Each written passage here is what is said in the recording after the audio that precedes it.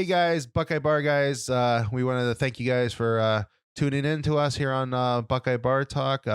Great show we got coming up today. We're really looking forward to you guys listening and watching it. But just wanted to remind everybody, just remember to subscribe to the channel, hit the all notifications bell, so that way anytime a new show comes up, you guys will be alerted to it. And don't forget to like the video and comment on the video. All interactions with us helps us continue to grow, and we appreciate your support. Now to the show. Welcome back, everybody. Buckeye Bar Guys here on Buckeye Bar Talk. I'm Mike. And I'm John.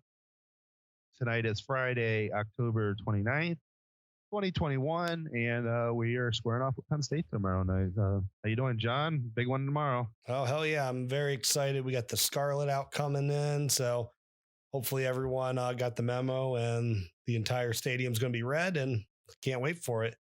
Yeah, I'm actually, I really like those the jerseys, the color rush jerseys that they're going to play in. So, I mean, I like them for a one-time thing at all. Yeah, that's what I mean. Like some of these, like it's sometimes they're hit and miss on, but I like these ones. So I don't want to look like Rutgers for too long. Yeah. So Buckeyes had a huge win last week against Indiana. I mean, it's one thing like to talk about it on our shows and stuff like that, but then to actually see them, it's like every week they're trying to show you more with these wins. Yeah, I just don't. And I think I was the close one on the, the score prediction, or at least closer, but I didn't see any way Indiana was going to score on them. I know we were both pretty much in the same ballpark, but yeah, I mean, you think that they were going to do well, and then, they did what they're supposed to, and they handled their business and looked pretty darn good. So very happy. Yeah. No, God, I mean, CJ Stroud, I mean, just keeps on, like, I don't even know what to say about him anymore. Like we talked about this last week and stuff like that. If he lights it up tomorrow night against Penn State, I mean, I would have to think that almost everybody's talking about him as one or two right now in the Heisman race. That I mean, I know Bryce Young's still way up there. Probably is between those two right now, and I think that he could go a long way tomorrow night if he lights up Penn State. I think he could be really in the driver's seat. Well, Matt Corral's way up there still for Ole Miss as well. That's yeah, true. I'm a little surprised that Stroud wasn't just like a bona fide top two after last week.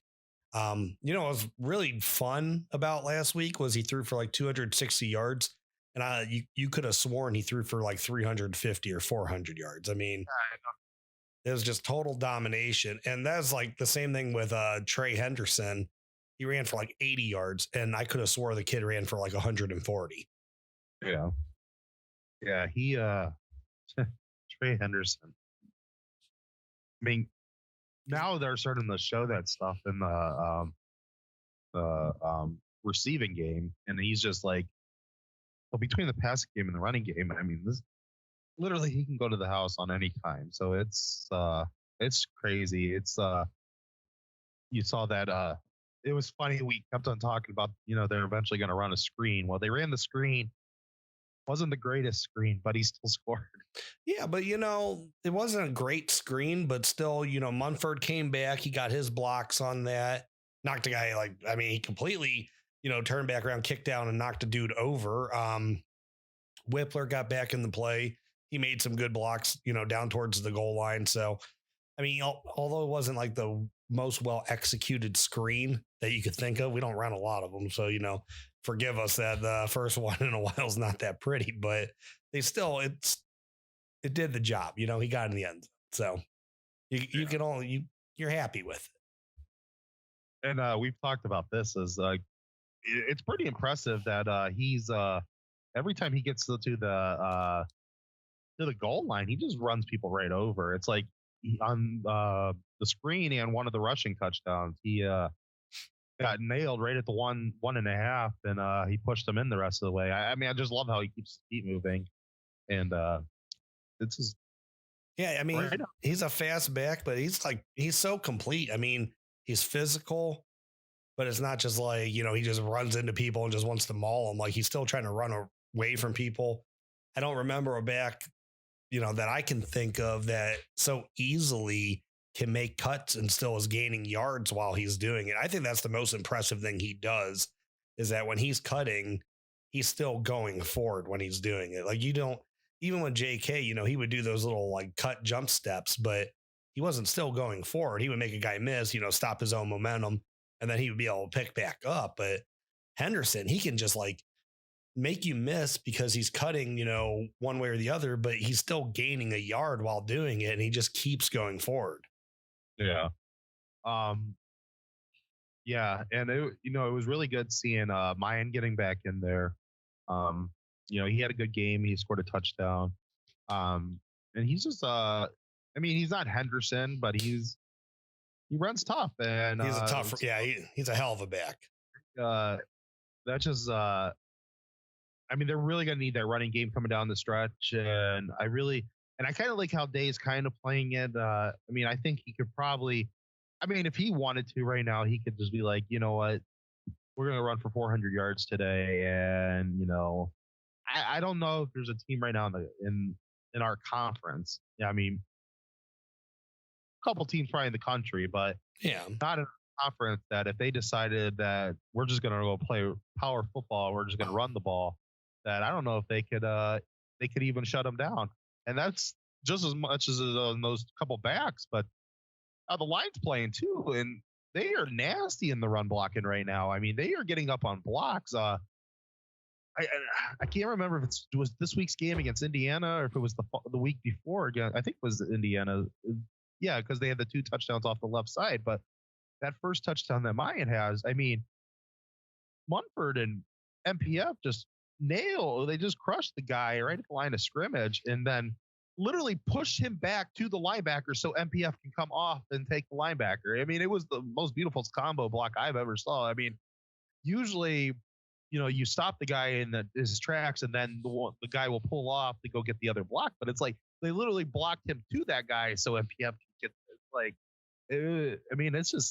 it's freaky how well like everything is coming together. And it's like on offense, it's just like nothing is like missing a beat right now. We haven't talked about the receivers yet, but my God, it's like it's just a same thing next week. It's like like they do no different. Any week you look at it, they're the most consistent receiving group in the country, and it's nothing flashy. They just beat you off the line of scrimmage with like their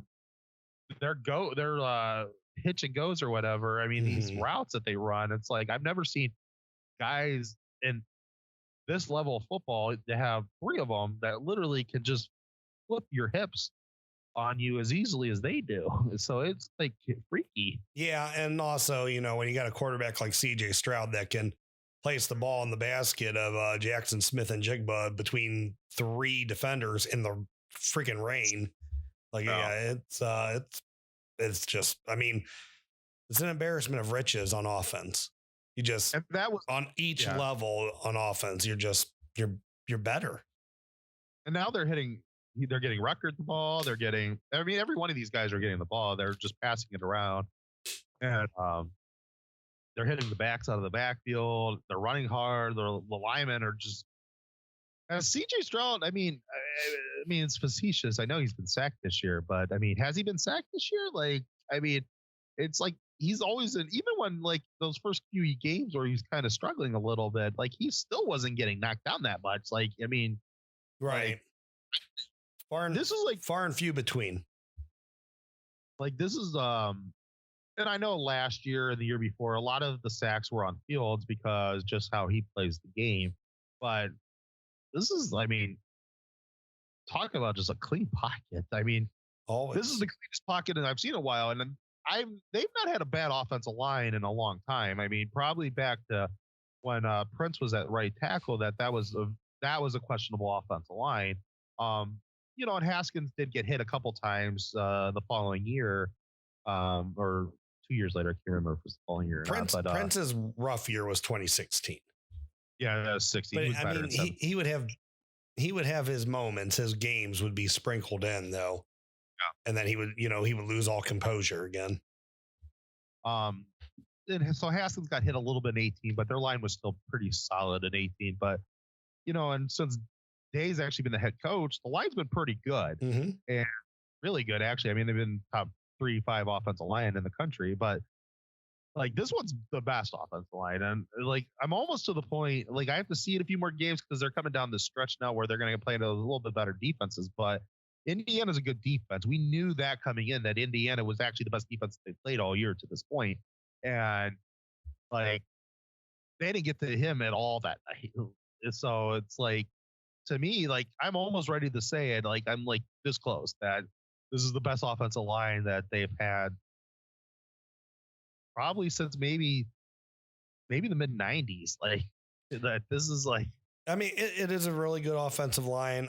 I don't know if it's better than. I don't know if it's a better offensive line than 2013. I still think the 4 tackles are great with the pass blocking. Yeah. But they're starting to get it in the run block. I agree. I still think when Matt Jones is in there, the run blocking does look better, but they're getting it. I mean, they are getting better. It's just like, I don't think you really know what you have with the run game or how dominant it can truly be because you haven't needed to use it. I mean, because it does look great. I mean, you're between, anywhere from like 5 to 7 yards per carry.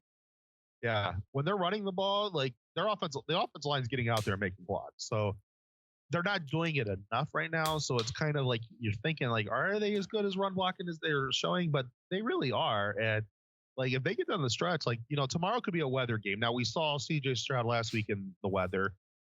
We don't know what the wind's going to be like. I mean, when you think about, sometimes the wind is worse than the rain, and when you get both of them, right. It's, really nasty. I mean, it didn't seem like it was overly windy last week, even though it was pouring that, so, I mean, Stroud wasn't off that much on his throws last week.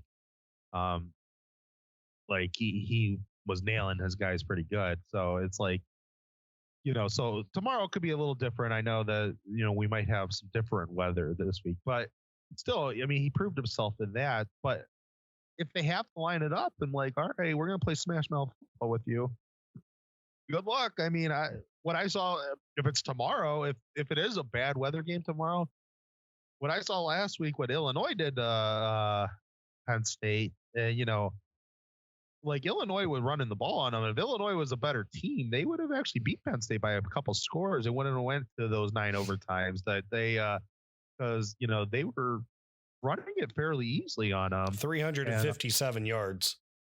So if they get into that type of game tomorrow, like Ohio State will kill them. Like they ran the ball 67 times. Well, I hope to God that for Penn State's sake, the Ohio State doesn't have to run the ball 67 times because they might actually get 900 yards of offense. Like, oh my God, that's bad. That's really, really bad. Because for a guy like Henderson who can literally take that ball to the house on any given play, that they run the ball 67 times, he might have 10 touchdowns. Yeah. And then on defense, it was lower numbers, but you had 5 sacks, all credited to the defensive line. So that means they're starting to get after it a little bit better. Each week's getting a little bit better for them. And they had 14 tackles for loss. So definitely loved what I saw from the defense and how the improvement of the defense continues. The only thing I'm a little hesitant with the defense, and I don't think we're going to see anything tomorrow because I've just never been impressed with Clifford. I mean, Dotson's a good receiver, but they have not been running the ball well this year. Indiana looked really good that opening series. Now, I get it. It was scripted and all that stuff, but Tuttle gets hurt. So we never got to see, could they have done it a second or third or fourth time with Tuttle as quarterback? That other guy, I mean, the freshman, he might end up being really good, but he was not ready for that type of. No, he wasn't ready for the moment. So, I mean, that's throwing a lot at him. And then when Ohio State's just scoring and scoring and scoring, then it's really throwing a lot at him because now they're just pinning their ears back coming at him. So it's only where I'm a little hesitant. I'm not saying I don't think Ohio State could have, because Indiana's offense hasn't been that great this year. So I'm not saying that Ohio State wouldn't eventually have figured Tuttle out, but we didn't get to see it. So, they made one attempt to bring him back into the game, which I thought was kind of stupid at that point. Like, I don't care if he was healthy to play or not. I mean, if you don't know if Penix is coming back or not, that's your backup. And you do kind of want to make a bowl game. And at that point, the game was so out of hand that they might as you sit down, you're done. Don't risk him getting hurt any further. And yeah, it didn't feel like, the sacks didn't feel like anything that was like too long of a decision by the quarterback, though. It wasn't like they were holding it too long. I mean, it did feel like the defensive line was actually, making their presence known. Yeah. And that could have been, a biased fan over here after a couple drinks. My reaction time was a little bit slower. So I don't know. Maybe what I was seeing wasn't actually true. But it did feel like the defensive line did kind of assert itself more than what it had. They were good against Maryland too. I would really, the first drive, and I know you say, scripted plays, whatever. You can't, I don't like giving up the 3 third down touch or first down. So that kind of annoyed me too. But Cody Simon did not look good on that first drive. Oh, that's why I'm saying I'm just a little hesitant because I would have loved to see Tuttle not get hurt and see if he could have kept doing that against them, then that would at least draw more concern. Like, I don't want to think that what the defense did is like a false positive, right. Saying that I don't want to be like, well, they look great. Well, they also went up against a freshman quarterback that wasn't supposed to be playing that much of that game. I mean, I know there was some talks he might start, but obviously Tuttle was going to be the one starting. So, right. Which is, I'm interested to see how they look against like I said, I've never been impressed with Clifford, but at the same time, and I know we were joking around about this earlier tonight, that it always seems like they have that quarterback Penn State, and he always throws those goofy arm punts, but they always catch them. And so, like, I've seen at times quarterbacks for them that I don't think should be having a good game, and they still have a good game. So, like, that kind of it'll be interesting to see how they do tomorrow night defensively. And I think that going forward, I think if they really look good against Penn State, even with Penn State having some offensive deficiencies, then I think that's what we're going to see for the rest of the year. Yeah, I mean, I get what you're saying. I don't know. I don't know about Penn State. I really don't. I mean, we'll talk about it a little bit more here, what we think is going to happen with that game.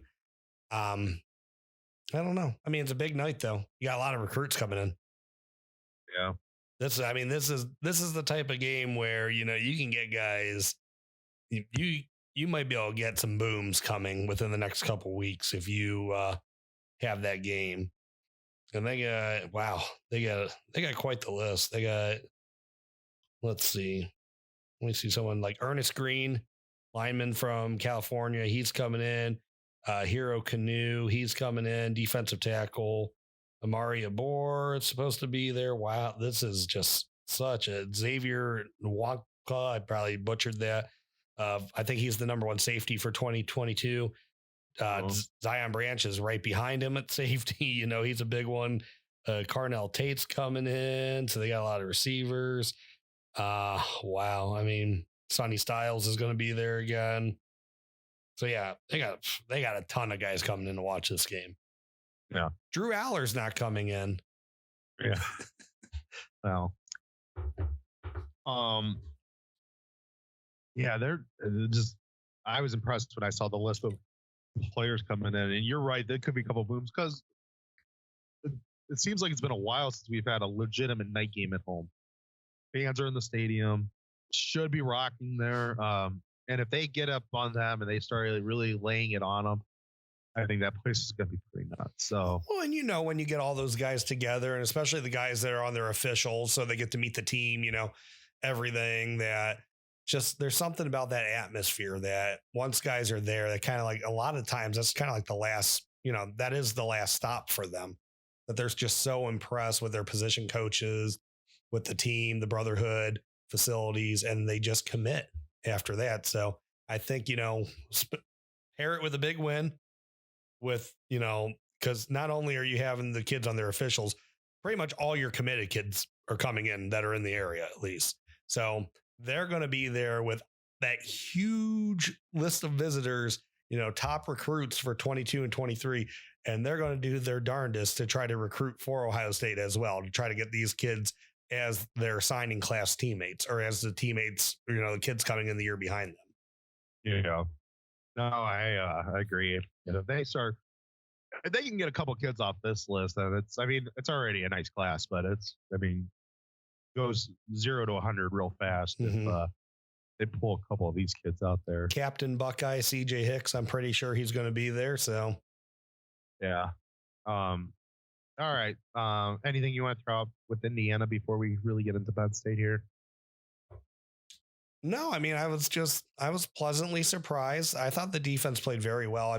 You can say what you want about the first drive, but they gave up 75 yards on the first drive and like 50 yards the rest of the game. So, what they give up, like 128 for the entire game. So, they did very well, and it was terrible weather and had nothing stopped Ohio State though.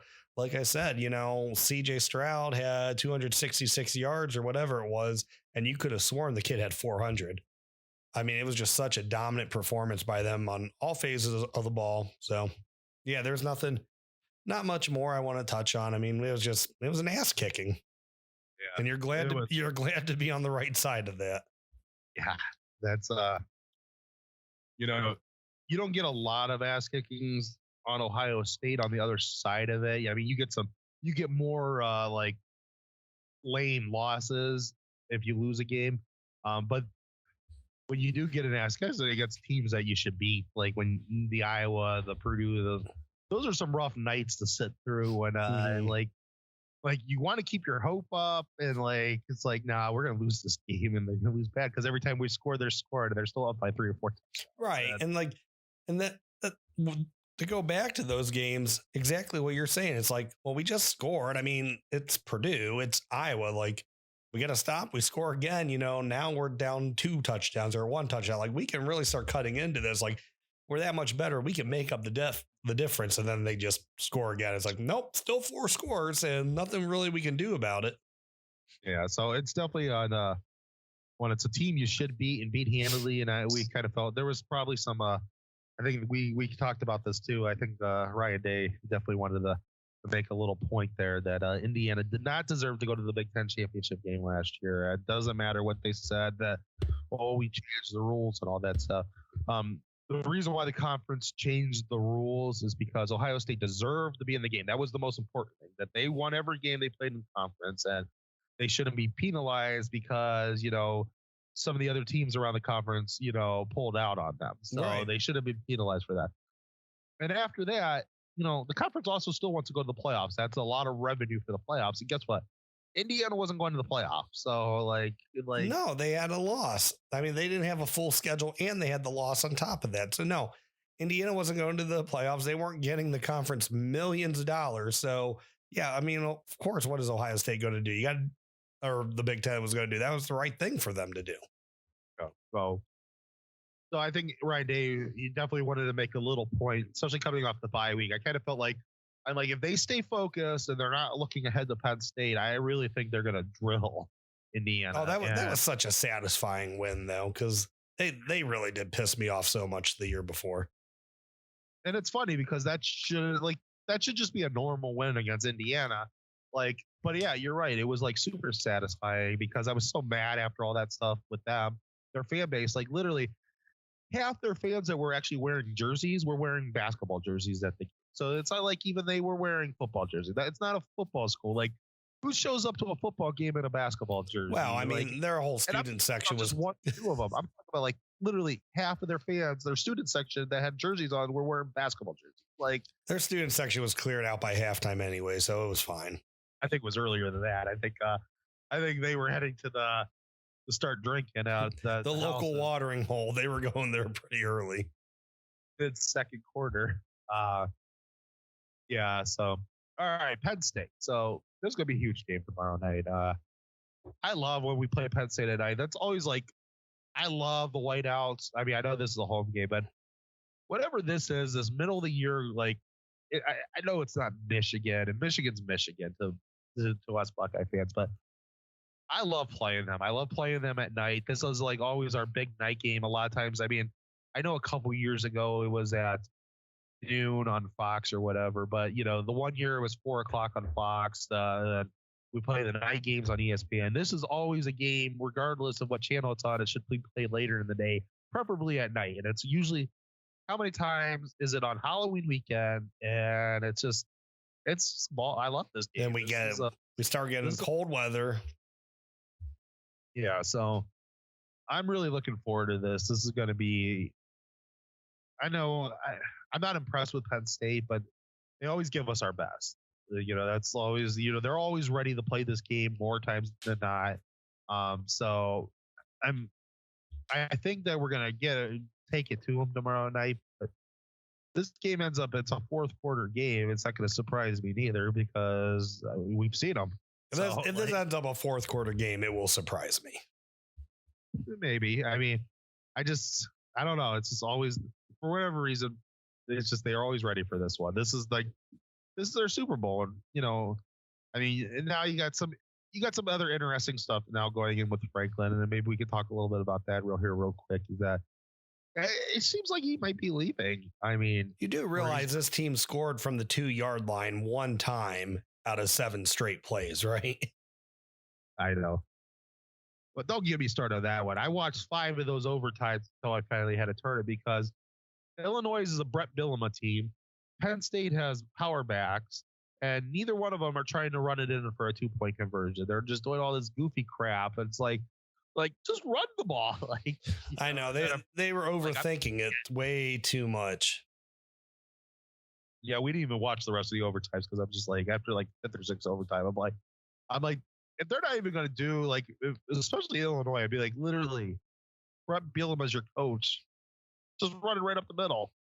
Yeah, I know. Just no one wanted to get stuffed, and then if they were all ganged up there, ready for it. I mean, play football and push them into the end zone, right, and then just hand it back to your quarterback. I mean, Oklahoma gave you the blueprint. I'm sure they probably saw that on a jumbotron or something. You get stuffed, just hand it back to the quarterback, and he can run in. That was such a bizarre play. Yeah, it was a bizarre play. All right, so Penn State. All right, so when they got the ball,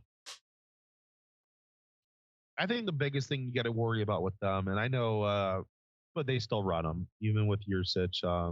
It's their RPOs. They got good tight ends. That they're going to try to do different things like that. So Ohio State has limited a lot of that stuff this year since they moved to the zone. So I don't get as worried about it because the linebackers should all be in pretty good positions for it. At least if you give up a completion, that they're there to make a tackle. Does Yursich run a lot of RPOs? They still run them a lot there. From what I've noticed, that they still run a lot. I mean, I think Franklin likes them, so they're included. We didn't have any RPO game when he was here in 19. Yeah, I don't think he necessarily I don't think that's his forte, but I think Franklin likes them, and I noticed they ran a few of them against Illinois, and I've watched a couple other games this year with them. I know they ran a few against Wisconsin, and I've seen it a couple times from them, so I think they're going to do it. But like I said, the defense is much more in place than they've been in years past against that type of stuff, just because of the different type of defense they're running. So I'm not as scared about that. Dotson's worrisome. I mean, he's a good receiver down the field. He had a good second half last year against Sean Wade. Denzel Burke, he kind of he said he's going to be fine, so he needs to go out and be fine. I mean, I love the confidence, and I think he's a hell of a lockdown corner. So I think that's going to be a fun one. Yeah. Because typical Penn State quarterback, he's going to throw a lot of 50-50 balls. Maybe Denzel will come down with one of them. Yeah, I mean, I don't know. I think all they have is Dotson for. I mean, I could be wrong. I mean, Noah Cain's a good back, but he has not had a good year. He's had a really bad year. And his backup, he's had a really bad year. I mean, we're talking about guys that don't even have as many yards through an entire season as what Trevion Henderson had against Tulsa. Exactly. He had more yards in that Tulsa game than what these guys have in an entire season. They can't run the ball. Their offensive line is not good. They do have Dotson. I think they have a pretty good slot receiver. They have, like you said, they have talented tight ends. They always get talented tight ends there. And they got a quarterback that's so. I mean, I've always felt Clifford's been overrated. He doesn't run well. I don't think he's a great throwing quarterback either. So I've always thought that guy has been supremely overrated from the last, 2 years we played them. And then going into this year as well, how people have talked about him. And I don't know. I've never been impressed with him as a quarterback. I've never been scared of him as a quarterback. Like Trace McSorley, he could scare me sometimes. Even that little dude could scare me as a starting quarterback because he knew how to like pick apart, the deficiencies of the Ohio State defense that he would somehow just kind of like Devontae Smith. Somehow he would have Tough Borland on him and he could outrun him. So, I mean, that scared me more than what Clifford does. There's nothing about, Clifford's game that I think is impressive. And I'm sorry to be harsh. I know the kid doesn't listen to this, so I don't really care too much. Especially he's not 100%. Like I was joking around earlier with Dad, but he's like, well, they got that quarterback. I'm like, he's being held together by duct tape. I mean, that kid he is nowhere near 100%. I don't know what, Franklin. Well, Tuttle out of the game last week. I mean, like there's a part of me that feels like he might get knocked out of the game tomorrow. He very well could. They're going to hit him. And then what? The kid that came in against Iowa, what did he do? Did he even complete a pass? Yeah. If that kid comes in and if it's early enough in the game too, that could be like a 70 to something game. I mean, that's not even a joke. That could demoralize Penn State very quickly. So on the flip side, because I know their secondary is good, and I know they got players on defense. Even though their defensive line, they're missing their best player. He's out for the season on the defensive line, and they haven't been tough. So even if, you have, and I kind of feel like how I felt going into 16, and that ended up really bad for Ohio State. So I don't think I don't know. I know our offense isn't incompetent like it was in 2016. So it's very different, but even if they play the perfect game on defense, I still think Ohio State would have more defensive points that they would still win that game, Well, I mean, so Ohio State's lowest scoring game of the year is against Oregon at 28. And like, if Clifford is not playing up to his best, and his best is not, like you've said, it's not McSorley. It's not anywhere near that. So like, if he's not playing up to his best and he possibly gets hurt, like, I don't know if they can score 28 points. And I think Penn State's defense is good in the back half, but still, I mean, you just don't have enough guys to cover Ohio State's 3 wide receivers plus Rucker or any of the other guys that they bring in. And then, my God, if you decide you're going to throw the ball to Trevian Henderson, and that's just passing the ball. I mean, what they showed last week against Illinois running the ball, like, Ohio State could have a field day in that if that's the type of game that the game gets put into that, the backs combined, I mean, I'm not going to say one of them is going to go over 200 over the other one, but the backs combined can go run for 300 yards on them. So, like, I mean, Illinois did it last week. Ohio State could do that if that is what Ryan Day is just going to decide, especially if the weather's really crap. He's like, we're just going to play power mean football tonight and throw it on, when we get our opportunities to throw the ball, maybe mix some play action passes in here and stuff like that. But, we're going to give them a very heavy dose of our run game. Then I don't know how you're going to play against that. Ohio State will equal Illinois out without even thinking about it. Like, Well, right. I mean, Illinois had 38 yards passing. Do you really think Ohio State's going to have 38 yards passing? So yeah, maybe Ohio State only ends up with, 200 rushing yards, but they're going to add on another 200 something passing yards too. Yeah. But yeah, like you said, I mean, I don't know. I saw Illinois run pretty easily against Penn State last week. Henderson's a better running back than that. So, I mean, they can sell out to stop him, and I kind of think maybe they will try to sell out to stop the run tomorrow because I think they really trust that secondary. I don't think they're going to try to stop CJ Stroud. I think they believe they have the pieces in the secondary that they're going to individually try to stop the receivers, and then the rest of the defense, they're going to try to pound, stop the run. And I don't know how that's going to work out for them. I don't know how they're going to play that, though. It's like, I mean, I've seen Olave and Garrett Wilson embarrass top level corners, you know, and Jackson Smith right now is playing just out of this world. Like nobody can cover him in the middle of the field, and so does And Penn then State have? Rucker. And same, yeah, Rucker. Does Penn State have guys for them? Like, I don't know. But that's the thing. I mean, one of two things. Pick your poison. But I just don't know. How are they going to stop them? Give me one moment. No. This is a dog break right here. Dog break. The big guy wants to come in the house over there, huh? He's in. I knew that was going to happen. Anyways, he didn't make an appearance though. I was hoping his big face would come up into the camera. Yes, my 130-pound Newfoundland. Yes. No, Moose did not make a appearance tonight.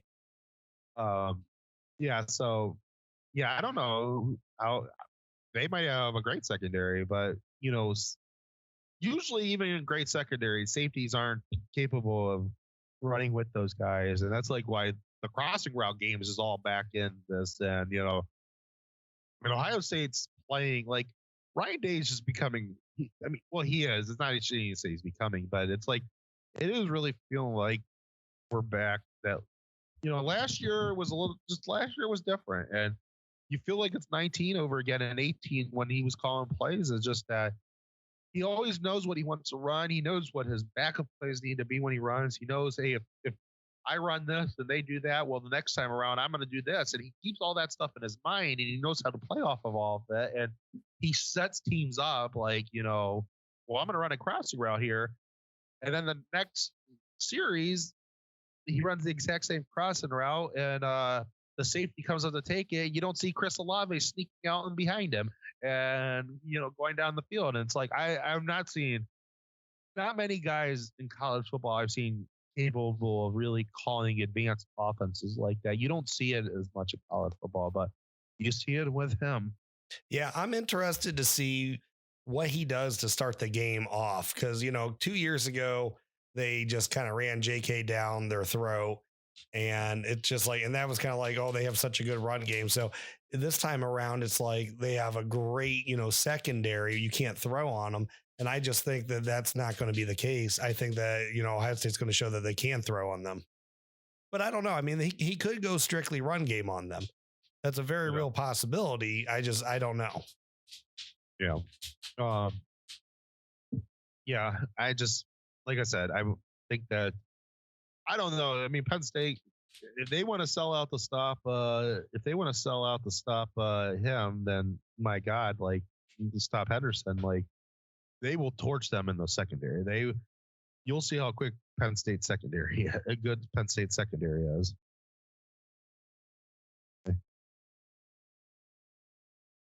Hold on a second.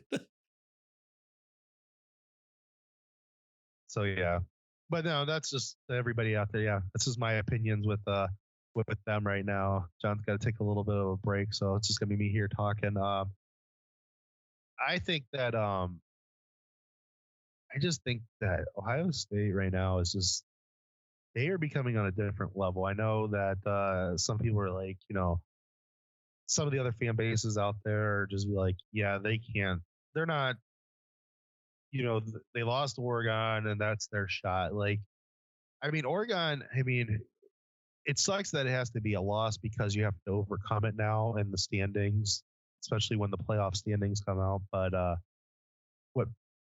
what they're doing right now is like that Oregon loss was probably a blessing in disguise, because they had to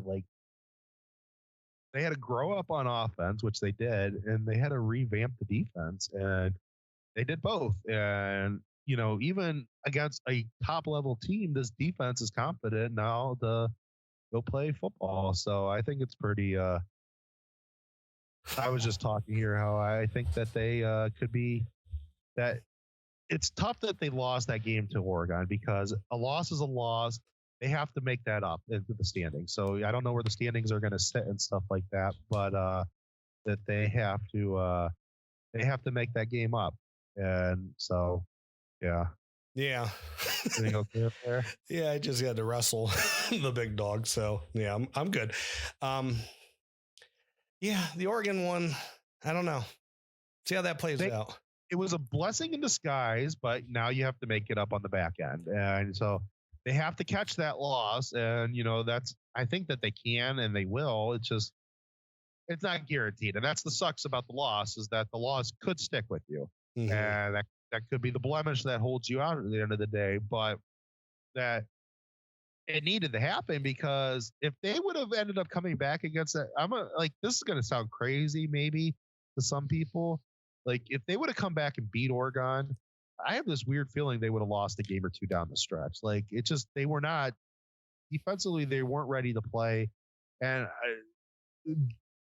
they would be fine on offense. But I think that gave the offense the sense of the urgency that, we might have to score 50 points a game just in case our defense isn't going to be, they're lucky the defenses ended up, seems like it's getting fixed, but it kind of also kicked the offense in the butt.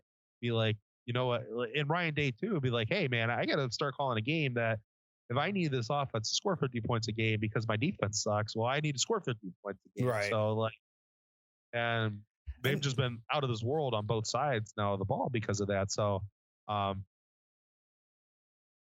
yeah, so I think tomorrow, good luck. If you're going to try to line up to stop Henderson, then you're going to get, I think, just destroyed in the secondary. Yeah. And I definitely can see that. It's just with them, it's like we talked about this, when you're good at everything, like you got to pick your poison. And I just don't know what do you pick? Yeah. So I don't think that they are going to be able to just stop Ohio State in any way whatsoever. If they want to bring up players to try to stop Henderson, fine.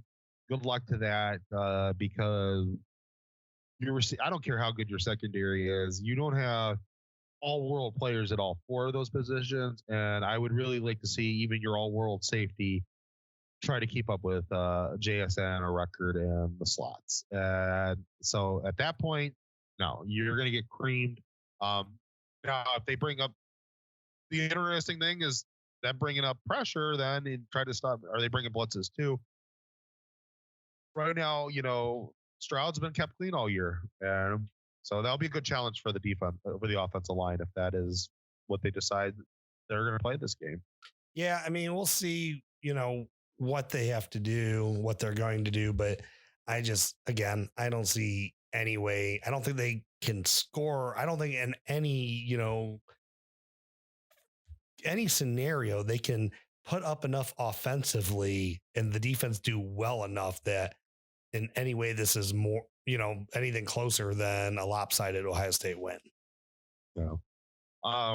So I think offensively they're going to be fine. Defensively, we talked a little bit about them that, the zone's going to set up very well against the way Penn State's going to try to run it.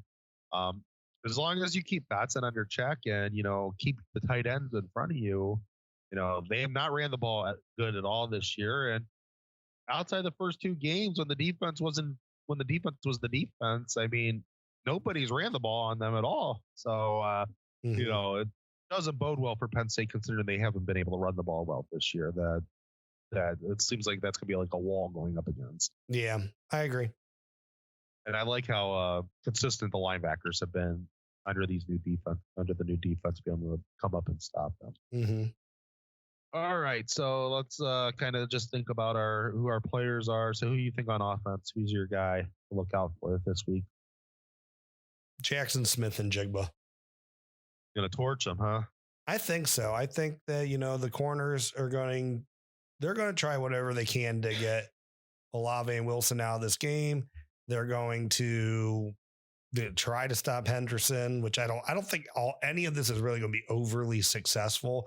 So I'm not just saying, Jackson Smith and Jigba is the only thing that's going to be successful against them. I think everyone's going to be doing fine, but I think he's going to have a really huge game. And, maybe if they get a stop on first and second, he's going to keep the drive going. And then it's going to snowball. And then, the dam's going to break on Penn State. And we know with Ryan Day, when the dam breaks, the valley floods. Like it's bad. Happy valley floods. Village below the valley. Nice. Yes. All right. My guy, I would say, you went JSN. I really like that. I think it's going to be, I'm going to say Garrett Wilson. I think, seems like he's been, even though he had a good game last week, he's been a little overshadowed the last couple of weeks by Olave, it seems like. JSN's really been torching teams. So he had a couple drops against Indiana he shouldn't have had. So he has to make up for it. I think he's going to have a big game. I think he's going to have a couple touchdowns, and I think he's going to have plus 100 there. So that's who I'm going to go with. Your defensive pick. I'm going to say Denzel Burke. I think they're only. I think the best option weapon that they have is Jahan Dotson, and I think he's going to do fine. I don't know if that means he's going to get an interception or not. I think he might. I don't know if I don't know anything else. I just think he's going to shut him down. Clifford ain't feeling it so well. And right now it's just kind of like an eeny, miny, because I think it's like the defensive line as a whole, because I think they're going to send those guys at him all night long. So I'm going to just throw one out there. I think Tyreek Smith, this week is going to be his game that he is, so I think he will be the bear to be the dominant one tomorrow, but I think they're going to load on him, man. They're going to just, I think because he ain't feeling well, that Larry Johnson's going to tell Ryan Day, let's let the boys go take care of him and release the Rushman. Let's release the Rushman on him and let's see how well he can hold up. All right, what's your score? Hold on, let's go around the Big Ten real quick. Okay, we forgot to do that. So, and there's really only one super important, impressive game that's tomorrow for the Big Ten. So, the state up north, Michigan State. It's in East Lansing. Michigan is currently a 4-point favorite. What do you think? Michigan's a 4-point favorite. Yeah. Both 7-0. Number 6 versus number 8 in the country. I think Michigan covers. I got that feeling that maybe Michigan State will prove me wrong. I just don't think that. I like Mel Tucker. I like what they've been doing up there. It's just, this is kind of like their first game to see how good they really are. And I'm not sure yet. I'm ready to say that they're really good. And so I think Michigan beats them by, I don't know. This game always tends to be a close game. So it's not like, I think it's going to be like a blowout, but I think it's going to be like a 7 to 10 point win for Michigan. Am I crazy to think that Michigan's going to win this, but it's either going to be like a 9-6 game or it's going to be like a 30-0 game? It could be. I mean, I could see, especially if the weather's bad. I mean, they're talking about the Midwest might be getting a lot of rain tomorrow. And I mean, I know they're calling that for Ohio. Of course, I haven't checked the weather lately. I mean, I saw that was yesterday. So maybe it's changed a little bit. So, but if it's bad weather up there, I mean, that could very easily be a 9-6 game. I mean, that wouldn't surprise me. I don't see some 24-17 type game or something. I think either Michigan's going to win a very close, low scoring game, or they're just going to beat the snot out of them. One of the two. Yeah. All right. So Ohio State, Penn State. Is it still 18.5? The line has moved, at least according to the ESPN, the line has moved now to 19.5. I think it's, like I said, when I said earlier, I could see it being a close. It wouldn't surprise me if it was a close game in the fourth quarter. I do truly mean that, because it's just, for whatever reason, Penn State, there's years I think we're going to go walk all over them, and then it's like, JT's going 17 of 17 in the fourth quarter to bring us back. Like, I didn't think they had no chance against us at 17, especially coming off of 16 after that game, that I was like, we're going to kick their ass. That, that was such a bad loss last year and I wasn't expecting 18 to end up being, because I felt we were heads and toes better, just so much better than them in 18. And I never expected that. So I do sincerely mean that. But I just don't see where they're stopping Ohio State at all. So I think this is going to be a blowout. like 52-17. Like, and I'm thinking 10's probably going to be good. Like, I really think Ohio State's going to lay the wood night, and it's going to be a bad game. Yeah. It might be already in Los Angeles by the time Sunday. I agree. I mean, I don't see where they score on Ohio State.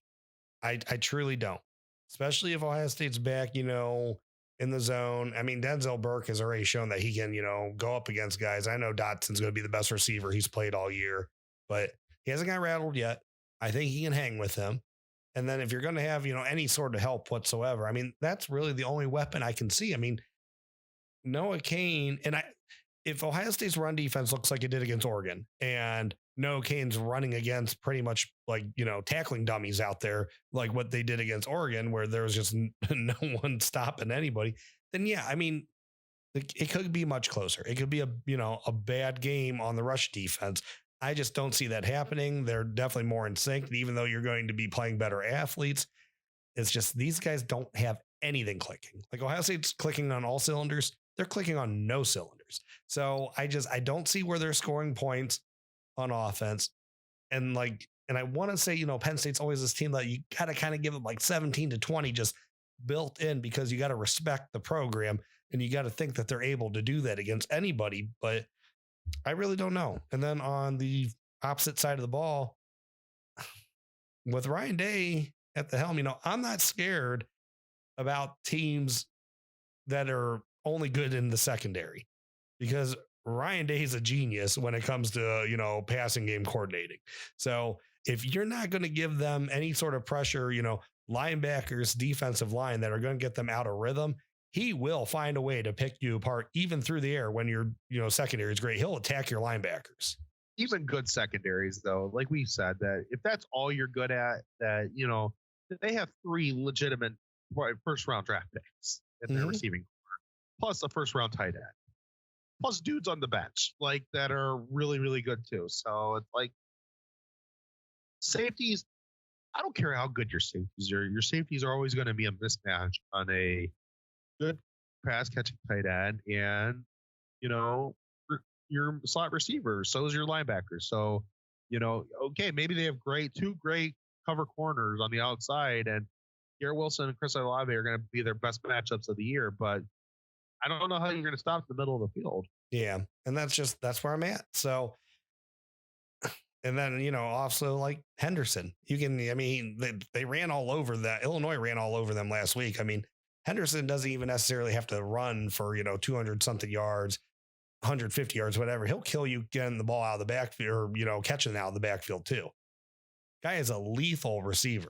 So I just, with knowing that Ohio State's going to get theirs, and I don't think Ohio State's going to hit their season average, though. I don't think they're going to get 49 points, and not believing in Penn State. So I said, you got to give Penn State a built-in 17-20, something like that. Ohio State's going to win this game 45-3. Penn State might even go up 3-0 in this game, because how Ohio State, how they give up those first drives. But I think it's just going to be a lot like the Indiana game.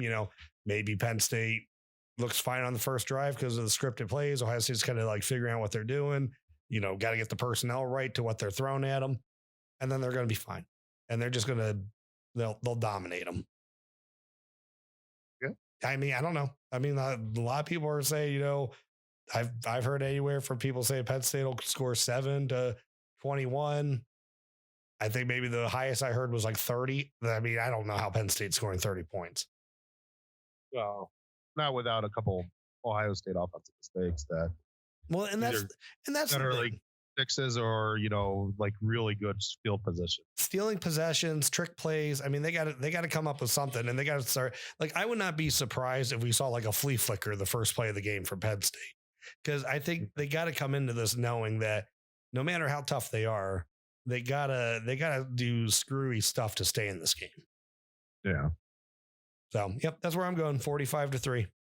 All right. One last thing to throw in there. Over under 2.5 booms early next week. I'm going to say under, because 2.5's a lot, but I would like to see 2 though. I'd be cool with 2. Nice. Well, I didn't put it at 2 because I think we're gonna get 2 this weekend. But yeah, maybe 3. Who knows? Get a couple studs in there. They love it. The shoe wows them tomorrow. And that's the thing about playing the night game. That these are the best time to bring these kids in. That's right. So they got a big one at night. Yeah. All right, let's get on out of here. All right. Well, anybody that listens to this, I'm sorry if the editing is butchered or whatnot. I have a barking pony that walks around in my house, so I apologize for him being in a mood tonight, but I'll do the best for you guys. Anyways, thank you for stopping in tonight at the Buckeye Bar. I'm John. I'm Mike. OH. IO. Thank you for tuning in to this week's Buckeye Bar Guys on Buckeye Bar Talk. Don't forget to subscribe to the channel, hit that all notifications bell so you see when new content is added, and please remember to like and share so we can grow our audience. Don't be afraid to comment. We want to know what you're thinking, and we want to know what content to add for you guys. OH. IO.